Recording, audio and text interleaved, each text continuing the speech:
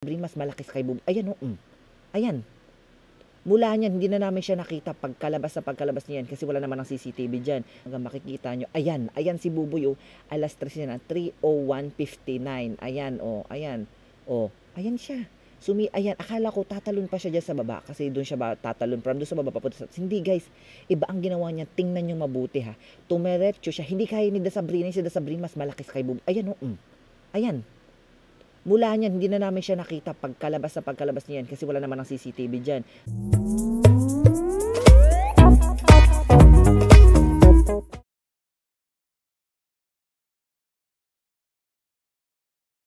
Ayan guys, nireview ko yung CCTV. Tingnan nyo mabuti ha. Ayan, nireview ko ang CCTV.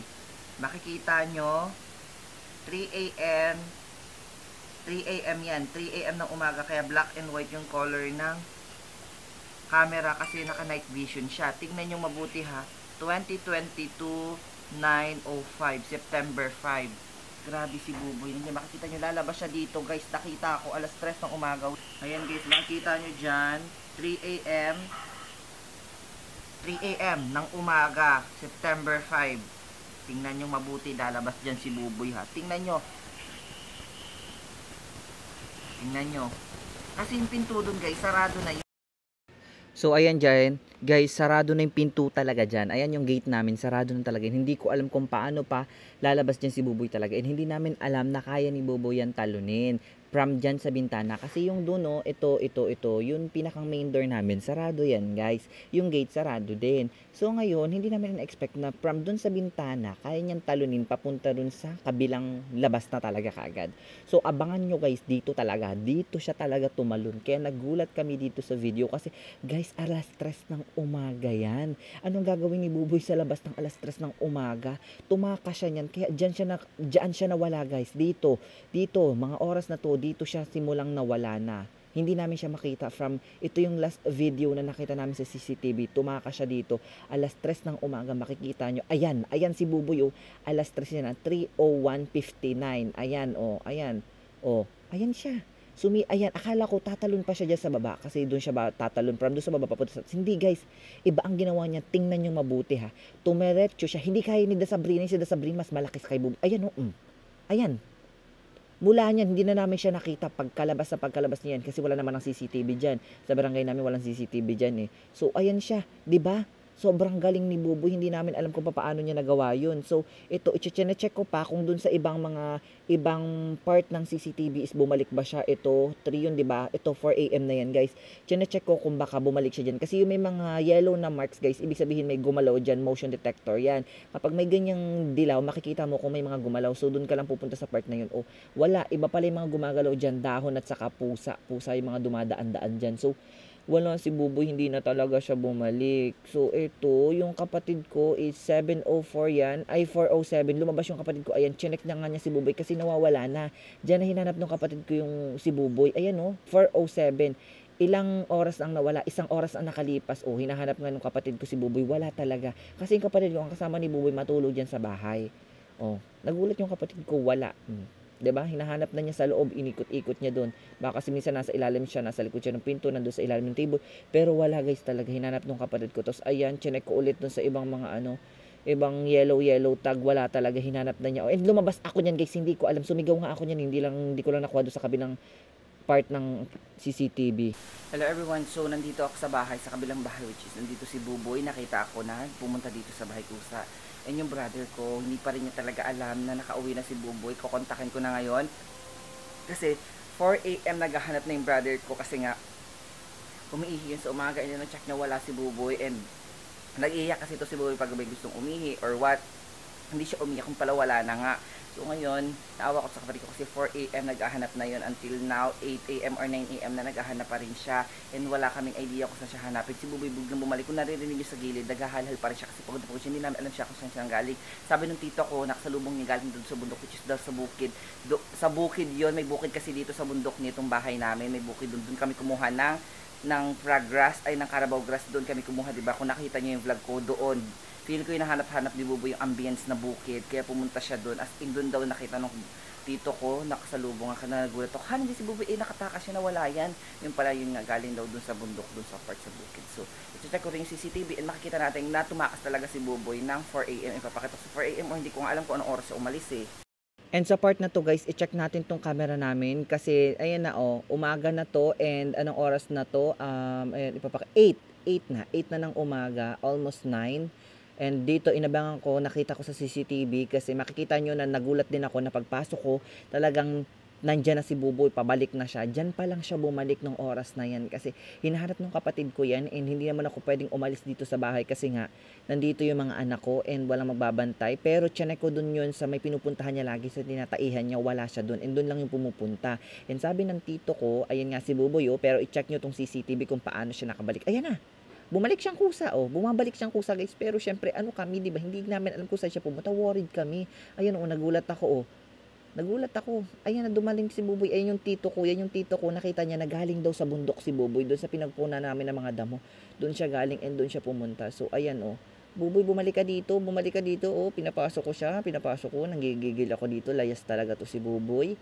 So ayan, dyan namin siya. And dito guys, binoise over ko to kasi nga pagod na pagod dito si Buboy tapos hindi ko napansin na yung camera namin naguguro-guro, yung mic hindi naka-insert ng maayos. Ayan nakikita nyo pagod na pagod si Buboy dito. Ayan labas dila siya, hindi namin alam kung saan talaga siya ayan, tumatagas-tagas ang lawan niya. Tapos pagbalik niya guys, sobrang dami niyang kagat. Nakikita nyo ba yung nasa baba na part? Ayan sobrang dami niyang kagat. Nakipag-away to for sure. Tapos pagod na pagod siya. Di ba sinong hindi maloloko diyan? Paano kung magka-rabies siya? Paano kung nakakuha siya ng sakit doon sa mga nakababag niya, di ba? Kaya ang hirap nito ni Buboy din talaga napakagala niya. Ang hirap niyang baguhin yung ugali niya na i-stay siya sa isang bahay kasi nga di ba lagi kong sinasabi sa inyo guys, si Buboy is asong gala siya ng gala as in hindi siya sanay na nakatali, kaya mang pilit namin ikulong siya dito sa bahay o dito man siya na lagi lang sa bahay, hindi namin maiiwasan yun guys. Si Buboy talaga kasi is lumaki na gala siya na nasa bukid pagalagala, hindi siya na nakasanay na nakatali, hindi siya sanay nang nasa bahay lang kasi nga mas masaya siya sa ginagawa niyang pagalagala. So yun, doon ako nahihirapan sa kanya, hindi ko alam ang gagawin kay Buboy, ibabalik ko ba siya or what? Ito siya guys, tinali na namin si Buboy kasi talagang pasaway siya, tapos parang nagpapaawa siya o ganyan naman talaga palagi yan. Akala mo kung inaano siya, lagi siyang nakaganyan, di ba? Pagod na pagod siya, pagod na pagod yan. Tapos mapapansin ko guys, puro kagat siya sa likod at sa hita. Napansin ko, tingnan mo, ipapakita ko dito sa video. Naka voice over to guys kasi talagang nagguro-guro yung camera namin, yung mic, hindi ko alam na hindi pala siya naka-insert. So tingnan nyo sa video to, sa susunod na video guys. Ayan, nakaganyan lang siya kasi nga paawa effect siya. Hindi yan gagalaw dyan, parang Sanji. Tapos ayan, makapapansin mo, ayan yung kapatid ko, kaya alert na naman siya.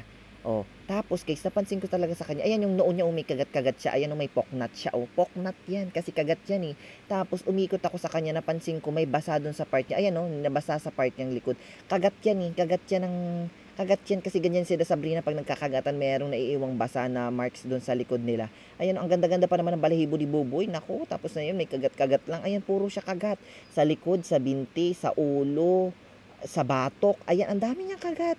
Alam ko ang kagat guys kasi lagi nagkakagatan sila Sabrina and yun is napapansin ko dahil doon sa balahibo nila nagkakamarka, and ito kay Buboy mas halatang halata kasi hindi ganun kakapal yung coat niya, and makikita mo talaga dito, wait, ito malabo yung camera pero wait, andito, ito tinuturo ko, ayan ayan, di ba? Pag may nakaganyan, may kagat talaga yan, kagat yan dyan sa likod. So si Buboy talaga napakapasaway So after nito guys, liliguan namin si Buboy kasi para ma-wash out yung dumi na nakuha niya kung saan saan. Ayan tamo, natatanggal pa yung balahibo. Ayan ayan sa collar niya.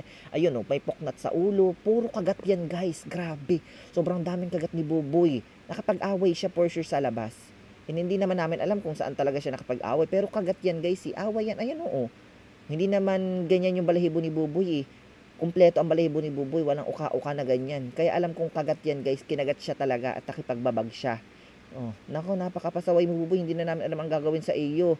Kaya ako naman, kampante ako kahit makapag-away si Buboy, buhay yan kasi alam kong palaban talaga si Buboy. Ang inaanto ng problema ko guys, yung madala niyang virus o mga bakterya na galing doon sa mga nakakaaway niyo. Baka sabihin niyo, nidi-discriminate ako sa iba. So, alam ko, madami magtatanong sa inyo guys kung anong nangyari, bakit nakalabas si Buboy. So, as you can see po sa video, si Buboy, kaya siya nakalabas doon guys is, instead na itali namin siya sa gabi habang natutulog, pinakawala namin, like hindi siya nakatali, naka-off-bush para naman komportable yung tulog niya. Kaso nga lang guys, yun, lumalabas si Buboy, lumabas siya ng around 3 AM and hanggang anong oras siya hindi siya bumabalik, nahirapan talaga kaming hanapin siya kasi nga hindi namin alam kung saan siya pupunta kasi ang pinupuntahan lang naman niya is dun sa area na pinupupuan niya, which dun sa sagingan, and hindi na namin na video yun kasi hinarap namin kaagad si Buboy, and hindi na namin yun na video at hindi na namin ipakita yun, hindi kami nakapagpakita na nawawala si Buboy nun kasi hindi na kami nakapagharap ng camera nun kasi talagang hirap na kami kung paano hahanapin si Buboy kasi ang pinoproblema namin is baka makagat si Buboy ng ibang aspin tapos ma-rabies siya. Though may anti-rabies sa si Buboy, kaso ang problema pa namin nun is baka mahawa si Buboy na kung ano-ano at madala niya dito sa tiyanak, dito sa mga anak ko. So yun talagang pinoproblema namin, and at the same time, pag binidyo ko na naman yun, baka sabihin niyo pinabayaan ka naman si Buboy, kaya ganyan-ganyan. Kaya hindi ko lang binidyo kung paano namin hinanap si Buboy kasi for sure kahit ano namang ipaliwanag ko sa inyo, hindi niyo na naman mauunawaan. Kaya ang pinakita ko na lang na sin sa inyo guys is yung pinakita kong tumalon si Buboy at saka yung bumalik na si Buboy talaga dito sa amin. So ayun guys, mahirap na mawala si Buboy kasi hindi siya familiar dito sa area namin. Buti kung sa bukid to guys kasi gamay ni Buboy yung area. Alam ni Buboy kung saan siya pupunta at saan siya babalik kasi may markings na siya at nakaihi-ihi na siya. Eh dito guys sa bayan, delikado kasi sobrang daming aspin dito na pagala-gala talaga. So ang hirap nun kasi baka mahawa na naman si Buboy ng kung ano at madala niya dito sa amin kasi pumupunta si Buboy dito sa playground kasi pinapaglaro namin siya dito. Eh naglalaro din yung mga anak ko dito sa playground. So kung anong dala ni Buboy na sakit, mapossible na makuha ng mga anak ko once mag-walk din yung mga anak ko dito. Kaya yung pinoproblema ko sa kanya palagi guys. So alam nyo naman na yung mga tiyanak sebang malalaki sila, matatangkad yan, mas matangkad yan kay Buboy, pero never nilang natalon or naabot yung tinalunan ni Buboy kasi takot sila sa Sabrina. Si Buboy kasi guys sobrang flexible at saka sinasabi ko sa inyo, bihasa si Buboy sa mga talon-talon, sa mga takbo-takbo, sa mga ganyan mga eksena. Kaya sisiw lang kay Buboy yung talon-talon na yun. Kaya namang problema ako sa kanya kung anong gagawin. Kaya sabi ko sa kapatid ko, itali na lang si Buboy palagi. Itali na lang siya and then iwalk na lang siya tuwing 3 beses isang araw, gabi, tanghali, umaga, para at least na-exercise siya. Tapos pag pumunta dito yung kapatid ko, kagaya ng picture na nakita niyo sa Facebook page namin na pinost ko, nandito si Buboy nung nakatali siya dyan.